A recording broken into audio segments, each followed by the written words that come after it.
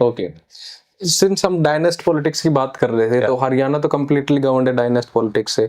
करीबन करीबन 8 ग्रैंडसन हैं जो अभी एमएलए एमपी हैं, कुछ कुछ होने वाले हैं, कुछ का गड़बड़ हो गया टिकट विकट का।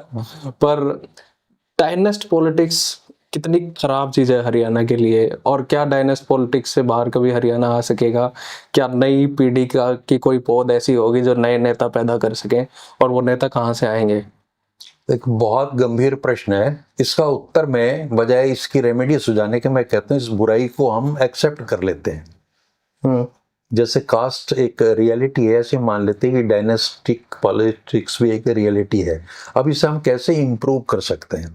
एक जनरेशन वो थी जिसके पास पैसे की कमी थी और वो चीफ मिनिस्टर बन गए, तो उन्होंने खूब वेल्थ इकट्ठा की।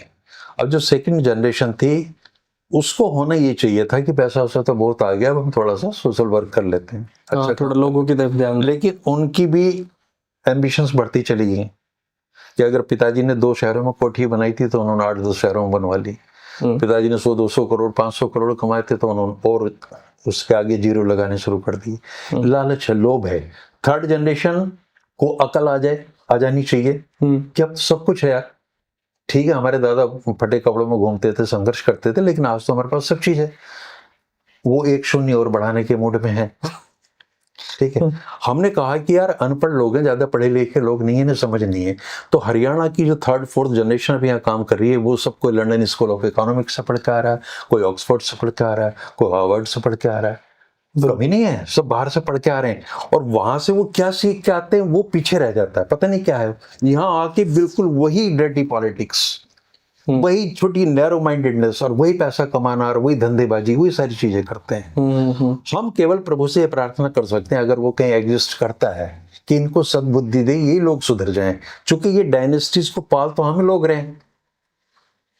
कैसे एक विशेष सर्कल बना लिया है कि हम मजबूर हो गए। मैं हरियाणा में देख के मुझे हैरत होती है कि एक 50-60 साल का आदमी 30 साल के बच्चे के पैरों को हाथ लगाता है। हाँ, बड़े नेता के वो ये चाह रहा है, और उसका सिर्फ पर्पज ये है कि ये मेरा बेटा कहीं जॉब लग जाए।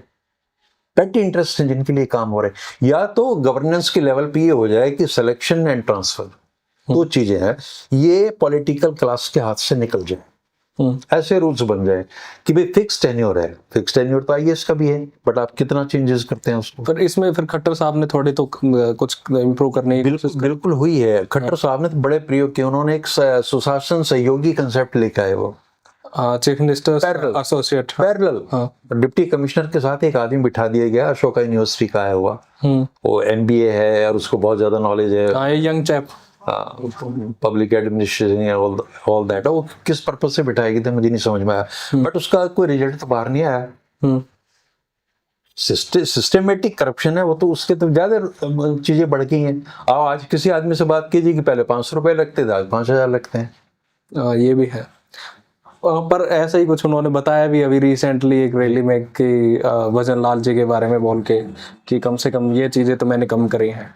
जब वो भजन लाल जी के बारे में बोल रहे थे कि कोई बंदा वहां पहुंचता था, वो भजन लाल जी के बारे में उन्होंने चुटकुला सुनाया, उसकी भी टाइमिंग ऐसी थी कि जब उनको लगा कि भाई पॉलिटिकली वो सूट नहीं कर रही चीजें, तब उन्होंने कहा कि भजन लाल ये कहते थे कि आपने क्यों पैसे खर्च किए चंडीगढ़ आके उस आदमी की, आप कंप्लेंट कर रहे हो, आपका काम 200 रुपए में हो जाता, आप यहाँ 500 रुपए खर्च करके आओ। सबको पता है, हरियाणा में हर आदमी जानता है, चुटकुले से वाकिफ है। सवाल ये, और आपने कुछ चीजें डिजिटलाइज की हैं, ऑनलाइन की हैं, उससे फर्क पड़ा है, पर वो the credit goes to technology. Okay, हाँ ये भी है, क्योंकि स्मार्ट हो रहे हैं हम। और तब इसके फायदे थे जब आपकी इन सारी चीजों को आम आदमी समझ लेता है इन चीजों को। अब बीच में दलाल हो गए। इस चीज के भी लोग हैं कि लाल अब तेरा फॉर्म में भर दूंगा ऑनलाइन। तो जब तक आप एक पूरा माहौल तैयार ना कर लें, लोगों को समझ ना हो उन चीजों की, और वो मुश्किल काम नहीं है।